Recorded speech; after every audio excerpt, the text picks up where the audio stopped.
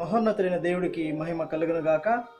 మన ప్రభువును ప్రియ రక్షకుడైన యేసుక్రీస్తు వారి పరిశుద్ధ నామంలో మీ అందరికీ శుభాభివందనాలు తెలియజేస్తున్నాను. అందరూ బాగున్నారా? ప్రభు కృపలో అందరూ బాగుండాలని ప్రభువుని ప్రార్థిస్తున్నాను. హల్లెలూయా. ఈరోజు మరొక నూతన అంశంతో మీ ముందుకి రావడం జరిగింది. అదేమిటంటే, నీ పునాది క్రీస్తు పైనేనా? నీ పునాది క్రీస్తు పైనేనా? ఈ అంశం మీద ఈరోజు మాట్లాడాలని ఆశపడుతున్నాను. మీరందరూ జాగ్రత్తగా దేవుని వాక్యమును పరిశీలించాల్సిందిగా మిమ్మల్ని ప్రభు పేరిట ఆహ్వానిస్తున్నాను. హల్లెలూయా.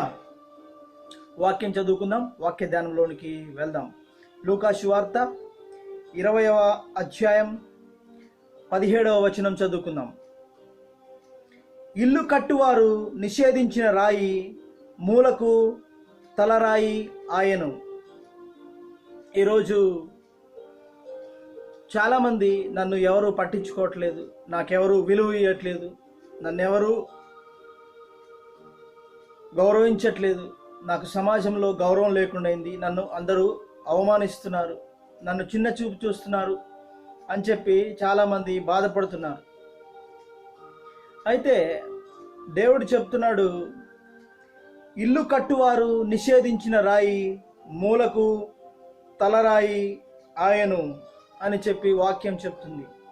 నువ్వు క్రీస్తునందు విశ్వాసం ఉంచినట్లయితే, నీవు నీ పునాది క్రీస్తు మీద కట్టుకున్నట్లయితే, ఆ దేవాతి దేవుడు చెప్తున్నాడు, నీకు ఒక వాక్కునిస్తున్నాడు. ఈరోజు నీవే మూలకు తలరాయి అయ్యే రోజు వస్తుందని చెప్పేసి దేవుడు చెప్తున్నాడు.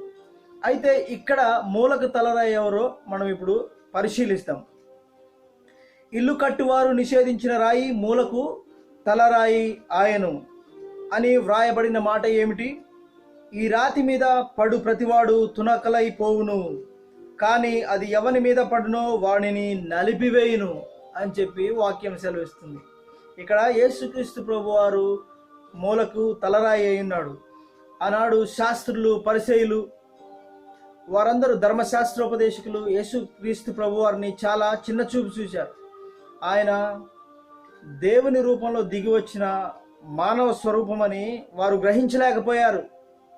గ్రహించలేక వారందరూ యేసుక్రీస్తు ప్రభువారిని చిన్న చూపు చూస్తూ, యేసుక్రీస్తు ప్రభువారిని వేలన చేస్తూ, యేసుక్రీస్తు ప్రభువారిని అపహసిస్తూ ఉన్న కాలంలో దేవుడు మనుష్య రూపంలో వచ్చిన మనుష్య కుమారుడు మాట్లాడుతున్న మాటలు ఏమిటంటే, ఇల్లు కట్టువారు నిషేధించిన రాయి మూలకు తలరాయి ఆయను అని చెప్పేసి వాక్యం సెలవిస్తుంది.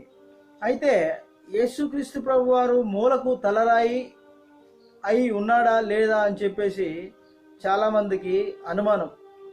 పాత నిబంధనలో కూడా మనం గమనిస్తే మోషే గారికి ఒక కోరిక ఉందట. ఆ కోరిక ఏంటంటే, దేవా, నేను నీ ముఖదర్శనం పొందుకోవాలి, నేను నిన్ను ఒకసారి చూడాలనుకుంటున్నాను, నా ద్వారా అద్భుత కార్యాలు జరిగిస్తున్నావు, నా ద్వారా నన్ను వాడుకుంటున్నావు, నన్ను గొప్పగా వాడుకుంటున్నావు, నన్ను గొప్ప ప్రవక్తగా చేసి ఉన్నావు, గొప్ప నాయకుడిగా చేసి ఉన్నావు, కానీ ఇప్పటికీ నేను నీ ముఖదర్శనం చేయలేదయ్యా, ఒకసారి నీ ముఖదర్శనం నాకు చూపించువా అని చెప్పేసి ఆ దేవుణ్ణి కోరగా, ఆ దేవాతి దేవుడు అంటున్న మాట ఒకసారి చూద్దాం. నిర్గమకాండం 33వ అధ్యాయం 21వ వచనం. అందుకు యెహోవా, ఇదిగో నా సమీపమున ఒక స్థలం ఉన్నది, నీవు ఆ బండ మీద నిలవబడవలను, నా మహిమ నిన్ను దాటి వెళ్ళుచుండగా ఆ బండ సందులో నిన్ను ఉంచి నిన్ను దాటి వెళ్ళు వరకు నా అరచేతిలో నిన్ను కప్పెదను. నేను నా చెయ్యి తీసిన తరువాత నా వెనుక పార్శ్వమును చూచెదవు, కానీ నా ముఖము నీకు కనపడదని మోషేతో చెప్పాను. నీవు ఒక బండ సందులో నిలబడవలను, ఆ బండ సందులో నుండే నన్ను చూడాలి తప్ప నన్ను నువ్వు ప్రత్యక్షంగా చూస్తే చనిపోతావు, నన్ను చూచిన నరుడు ఎవడు బ్రతికి ఉండడు అని చెప్పేసి తండ్రి అయిన దేవుడు చెప్పడం జరుగుతుంది. నా ముఖదర్శనము చేసుకున్న వారు నరులు ఎవరు బ్రతకరు. ఎందుకంటే మానవుడు మట్టి పురుగు వంటివాడు. మానవుడు దేవాతి దేవుడి ముందు అతను ఒక మట్టి పురుగు వంటి వాడు. కనుక దేవాతి దేవుణ్ణి చూడాలి అంటే మానవుడి వలన కాదు. అయితే మరి నువ్వు ఎలా చూస్తావు అంటే, నిన్ను ఒక బండ మీద నిలబెడతాను, ఆ బండ సందులో నుండి నువ్వు చూడవలను అని చెప్పేసి చెప్తున్నాడు. ఆ రోజు ఇజ్రాయేల్ జనాంగం మోషే గారిని హింసిస్తూ బాధ పెడుతూ, మాకు తాగడానికి నీరు లేదు, తినడానికి ఆహారం లేదు అని చెప్పేసి వారు బాధ పెడుతున్నప్పుడు మోషే ప్రార్థన చేసినప్పుడు దేవుడు చెప్తాడు, ఈ బండను కొట్టు, ఈ బండలో నుంచి నీళ్ళు వస్తాయి, త్రాగుము అని చెప్పేసి దేవాతి దేవుడు చెప్పినప్పుడు ఆ మోషే ఆ బండను కొడతాడు. ఆ బండను కొట్టినప్పుడు బండలో నుంచి నీళ్లు ప్రవహిస్తాయి. వారందరూ త్రాగి వారి యొక్క దప్పికను తీర్చుకుంటారు. మరి ఆ బండ ఎవరు మరి అని చెప్పి మనందరికీ ఈరోజు ఒక సందేహం. వాక్యం చదువుదాం. కొరింథీయులకు రాసినటువంటి మొదటి లేఖ 10వ అధ్యాయం 4వ వచనం చదువుకుందాం.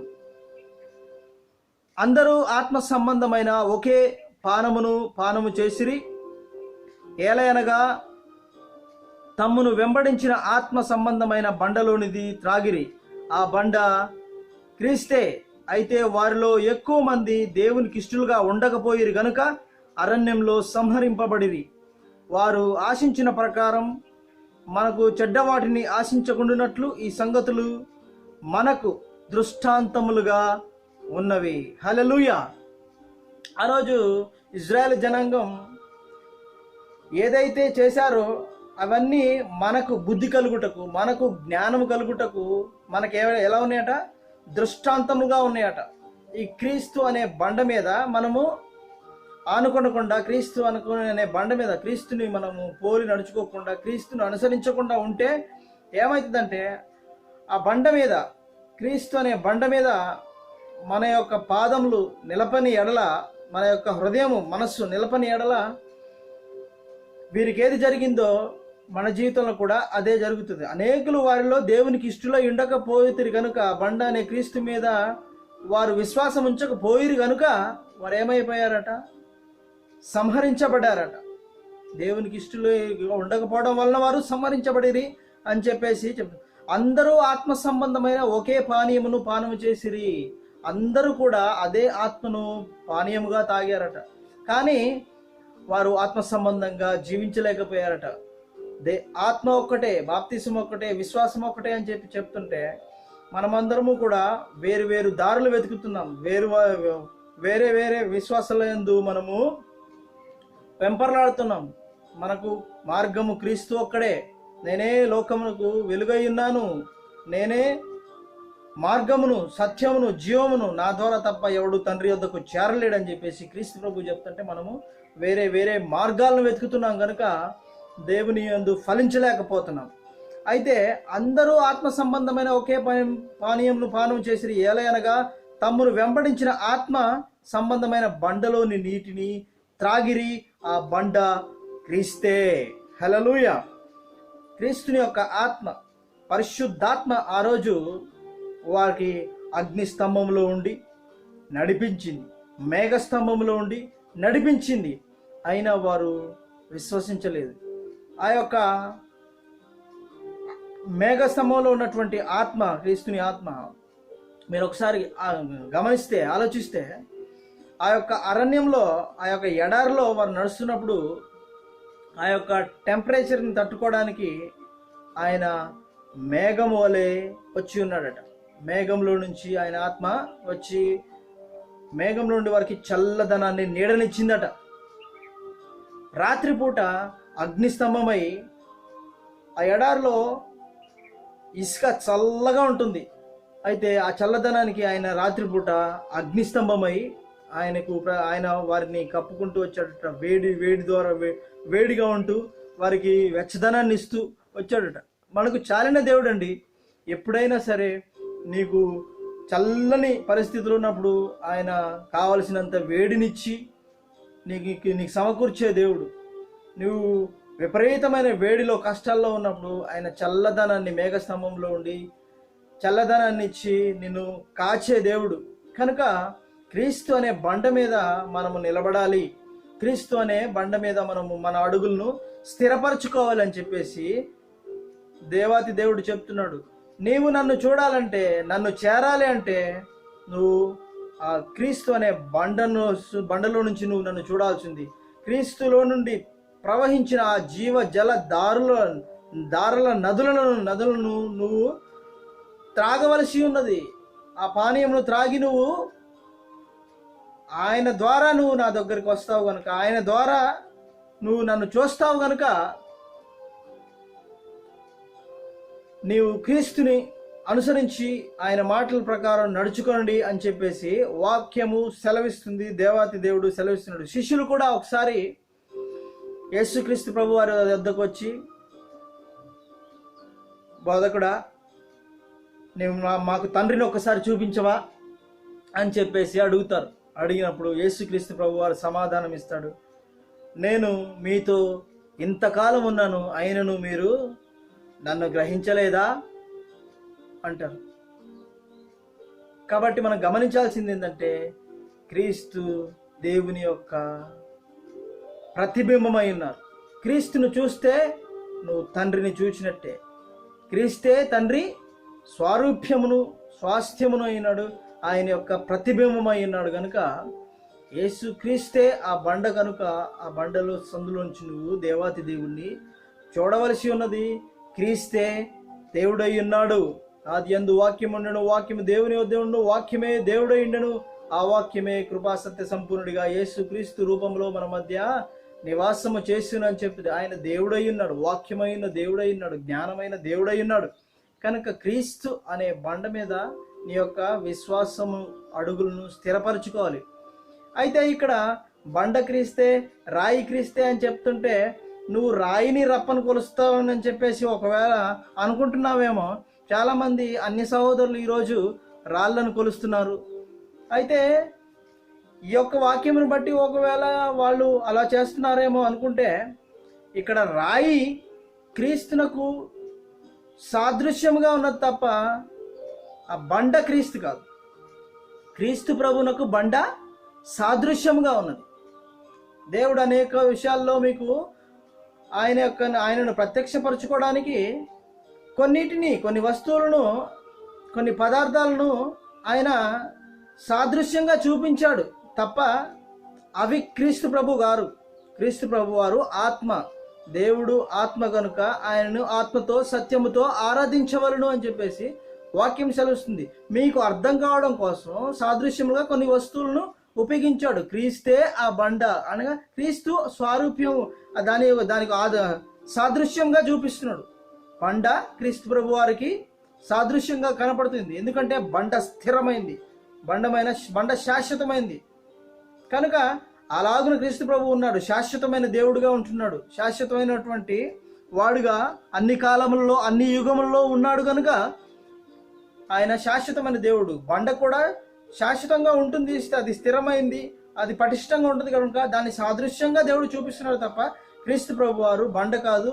బండను రాళ్లను మనం కొలవకూడదు. క్రీస్తు ప్రభు వారిని మాత్రమే మనము ఆత్మతో సత్యముతో ఆరాధించవలసిన వారమై ఉన్నాము కనుక మనము క్రీస్తు ప్రభు వారిని మాత్రమే, మన యొక్క హృదయమును క్రీస్తు ప్రభు వారి మీద మాత్రమే నిలిచి ఉంచాలి. ఆయన గుడి గోడల్లో లేడు దేవుడు. కొంతమంది ఆలయాలను ప్రేమిస్తుంటారు. ప్రేమించొద్దని నేను చెప్పట్లే, కానీ ఆలయము కంటే గొప్పవాడు ఒకడు ఇక్కడ ఉన్నాడు అని చెప్పేసి, సొలొమోను కంటే గొప్పవాడు ఒకడు ఇక్కడ ఉన్నాడు అని చెప్పేసి యేసుక్రీస్తు ప్రభు వారు చెప్తున్నాడు. ఆలయాల మీద ప్రేమ పెంచుకోవద్దు.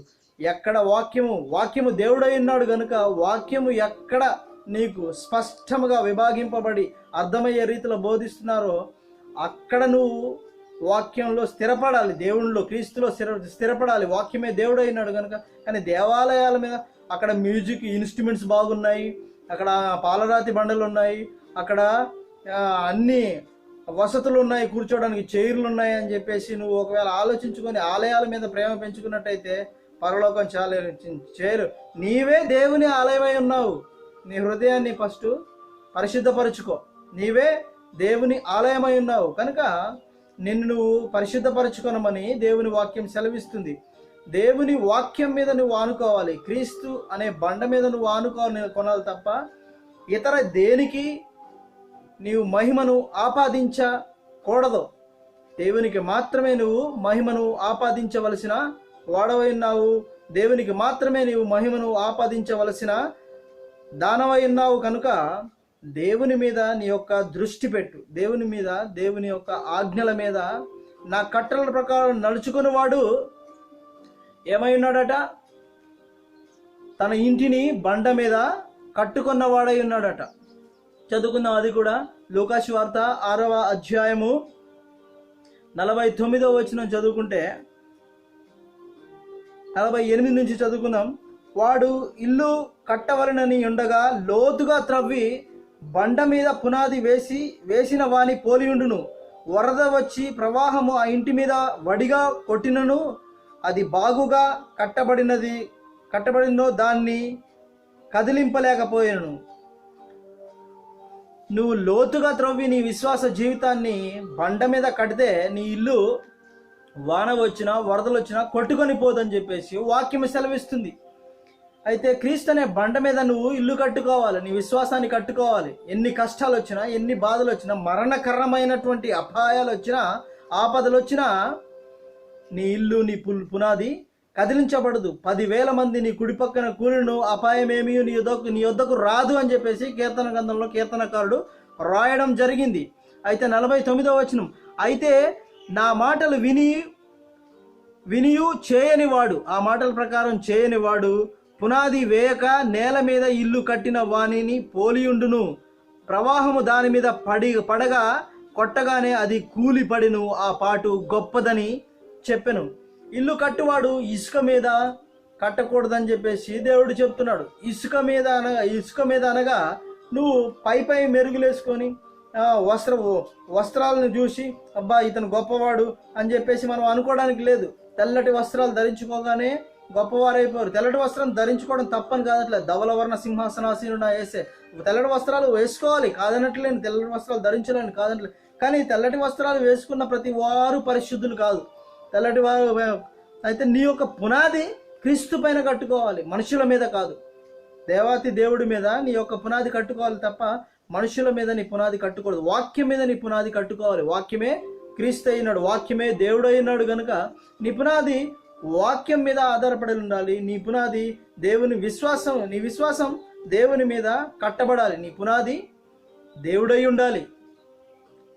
కాబట్టి మనము క్రీస్తే ఆ బండ కనుక ఆ బండ మీద నీ యొక్క విశ్వాసాన్ని కట్టుకోవాలని చెప్పేసి వాక్యము సెలవిస్తుంది. ఇంకా చూస్తే అపోస్తుల కార్యము 4వ అధ్యాయము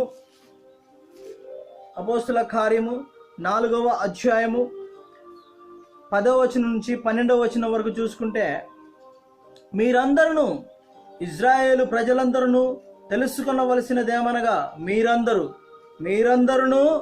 ఇజ్రాయేలు ప్రజలందరూ తెలుసుకోవలసినదేమనగా, మీరు సిలువ వేసినట్టియు మృతులలో నుండి దేవుడు లేపినట్టియు నజరేయుడైన యేసు క్రీస్తు నామమునే వీడు స్వస్థత పొంది మీ ఎదుట నిలుచున్నాడు.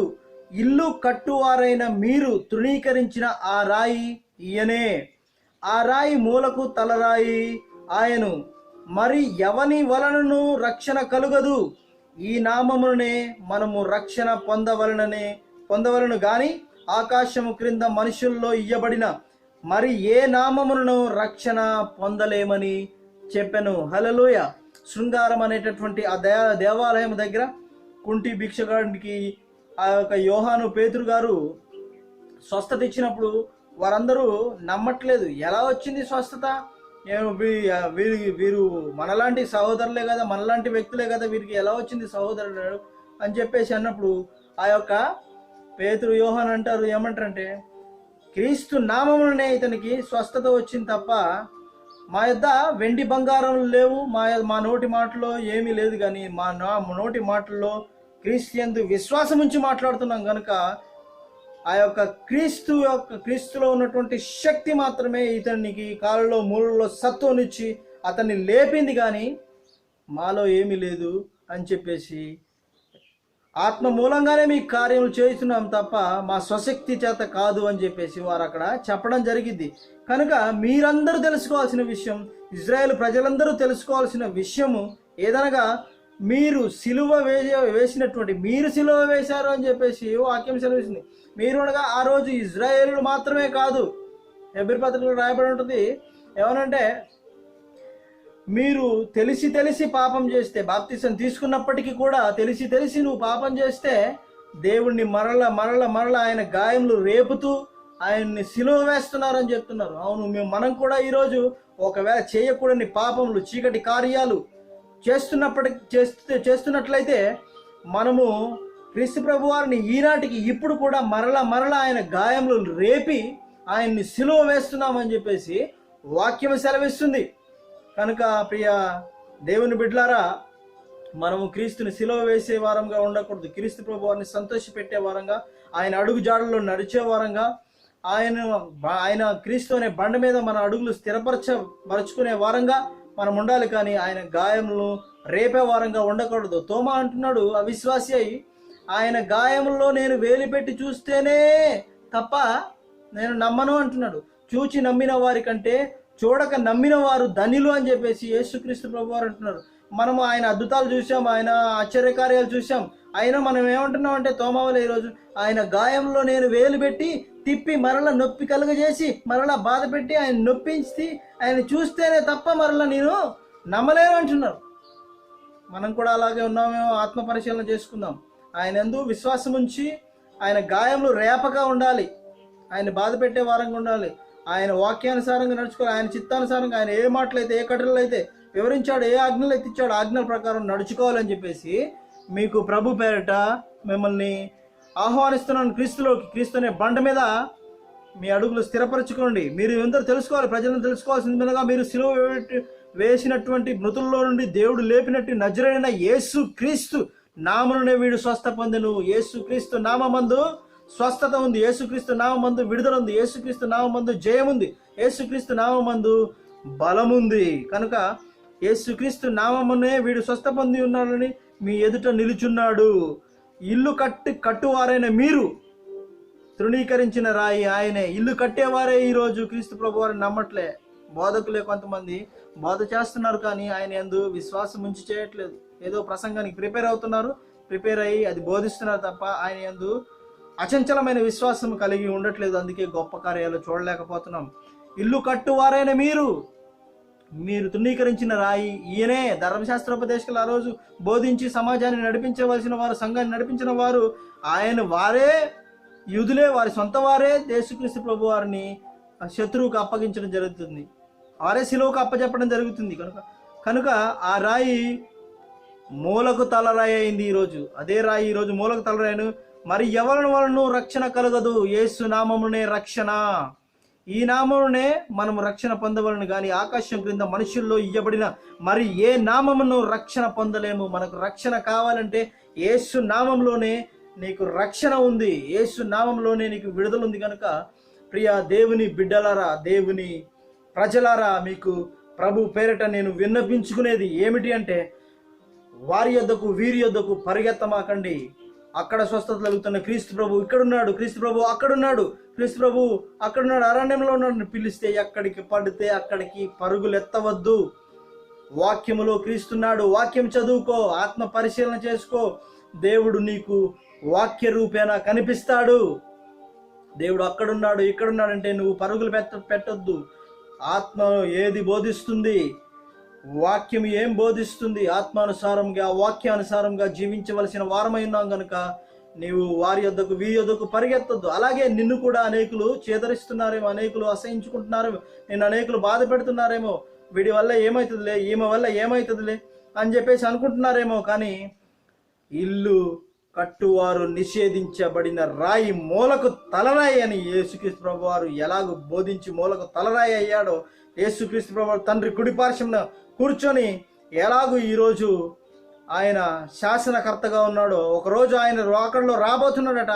ఆయన వచ్చి సమస్తాన్ని జయించి తండ్రి పాదముల చెంత పెట్టబోతున్న సమస్త మహిమను తండ్రికి ఆపాదించబోతున్నాడట. కనుక నీవు కూడా నీ యొక్క గొప్పతనాన్ని తెలుసుకో. క్రీస్తుని అనుసరించి నడుచుకొని నీవు క్రీస్తులో స్థిరపడి బలపడి నువ్వు కూడా నిన్ను అసహించిన వారికి నీవే ఆధారం కాబోతున్నావు. నీ ఇంటి వారు ఒకవేళ చేదరిస్తున్నారేమో, నీ యొక్క సంఘం వారు చేదరిస్తున్నారేమో, నీ అనుచరులే నీ వెంట తిరుగుతున్న వారే ఒకవేళ నిన్ను అపహాస్యం చేస్తున్నారేమో, కానీ నీవే మూలకు తలరాయి కాబోతున్నావు. ఆమెన్, హల్లెలూయా. కనుక నీవు నీ యొక్క క్రీస్తునందు నీ అడుగులు స్థిరపరచుకుంటూ నిన్ను నీవు తగ్గించుకొని దేవుని యందు గొప్పగా ఎంచుకొని మనుషుల ముందు నువ్వు అపహసించబడినా దేవుడు నిన్ను గొప్ప చేయాలనుకుంటున్నాడు. ఎందుకు అంటే మనుషులు ఎప్పుడు అపహసించేవారే. ఇది ఆ యొక్క ధర్మశాస్త్రోపదేశకులు పరిచయాలు కూడా యేసుక్రీస్తు ప్రభువారిని ఎప్పుడు అపహాస్యం చేసేవారే, ఎగతాళి చేసేవాళ్ళే తప్ప ఎప్పుడు యేసుక్రీస్తు ప్రభువారిని నమ్మిన వారు కారు. అలాగే నిన్ను కూడా ఎవరైనా నువ్వు క్రీస్తు ప్రకారం నడుచుకున్నట్లయితే నిన్ను హేళన చేస్తున్నట్లయితే, నిందిస్తున్నట్టయితే ఆ దేవాతి దేవుడు చెప్తున్నాడు, నిన్ను కూడా మూలకు తలరాయి చేయబోతున్నాను, నీవు కూడా గొప్పవాడు కాబోతున్నావు. కనుక ఈ నా మాటలను నువ్వు గైకొని నడిచిన ఎడల నీ ఇల్లు ఇసుక మీద కాకుండా బండ మీద కట్టిన ఇల్లు వలె ఉండును.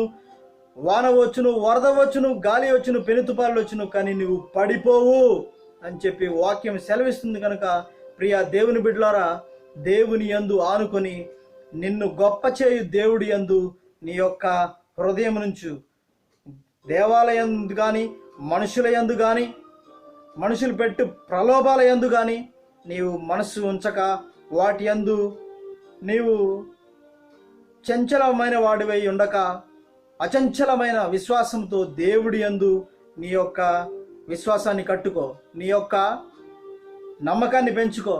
దేవుని మాటలందు వాక్యమందు దేవుడు ఉన్నాడు కనుక వాక్యాన్ని చదివి దాని ప్రకారం నడుచుకుంటే నిన్ను దేవుడు మూలకు తలరాయిగా చేయబోతున్నాడు.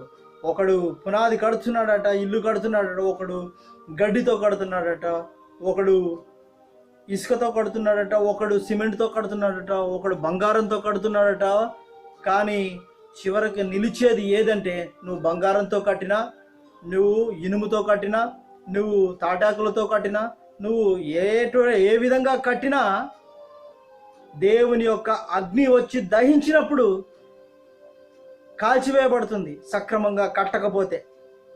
కనుక ప్రియ దైవజనులారా, దైవ జనాంగమా, దైవ ప్రజలారా, మిమ్మల్ని వేడుకుంటున్నాను ఏంటి అంటే నీ యొక్క పునాది క్రీస్తు పైన కట్టు. స్థిరమైన పునాది. ఆత్మ అగ్ని వచ్చి కాల్చినప్పుడు కాల్చి వేయబడకుండా ఉండేటటువంటి పునాదిని వేయి. అప్పుడు నీవు బల నమ్మకమైన దాసుడా అని చెప్పేసి దేవుని చేత పిలువబడతావు. ఆయన అగ్నికి వచ్చి కాల్చినప్పుడు నువ్వు కాల్చబడినటువంటి విశ్వాసిగా ఉండాలి. ఆ నరకం నుంచి తప్పించబడాలి నువ్వు. కనుక నీ పునాది క్రీస్తు పైన ఉండాలి, నీ పునాది దేవుడి పైన ఉండాలి. కనుక ఆ దేవాతి దేవుడి యందు విశ్వాసముంచు.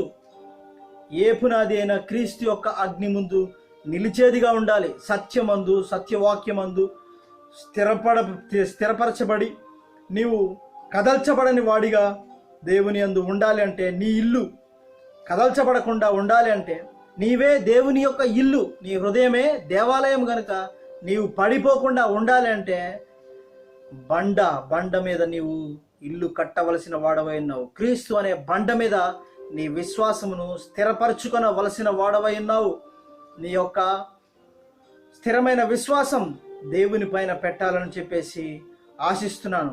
మిమ్మల్ని ప్రేమతో మిమ్మల్ని క్రీస్తు యొద్దకు ఆహ్వానిస్తున్నాను. మరి ఈ లోకంలో ఇయ్యబడినటువంటి ఏ నామమందు నీకు రక్షణ లేదు. నీ బాప్తిసం పొందితే యేసు క్రీస్తు నామమునే నువ్వు బాప్తిసం పొందాలి, రక్షణ పొందాలి. నేను ఆయన్ని అనుసరిస్తున్నాను, ఆ యొక్క బాబాను అనుసరిస్తున్నాను, ఈ యొక్క బాబాను అనుసరిస్తున్నాను అని చెప్పేసి నువ్వు ఒకవేళ అనుసరిస్తున్నట్లయితే వారే నరకానికి పాత్రులైనారు. ఎందుకంటే వారే దేవుడు అని చెప్పుకుంటున్నారు. కానీ మనుషుడు ఎవడు దేవుడు కాదండి. దేవుడు యేసుక్రీస్తు ప్రభు వారు మాత్రమే. ఆ దేవుడి యందు నువ్వు విశ్వాసముంచు, ఆ దేవాతి దేవుణ్ణి అనుసరించు. నీ యొక్క అడుగులు యేసుక్రీస్తు ప్రభు వారి యందు ఉంచితే యేసుక్రీస్తు నామమందు నీవు విశ్వాసించితే మేము సిలువ వేయబడినటువంటి క్రీస్తుని ప్రకటిస్తున్నాం. ఆ క్రీస్తు పునరుద్ధానుడై లేచి మృత్యుంజయుడిగా పరలోకంలో సింహాసనాసనుడై కూర్చున్నాడు. కనుక నీవు కూడా క్రీస్తు ప్రభువునందు విశ్వాసం ఉంచి నడుచుకోవాల్సిందిగా కోరుకుంటూ సెలవు తీసుకుంటున్నాము.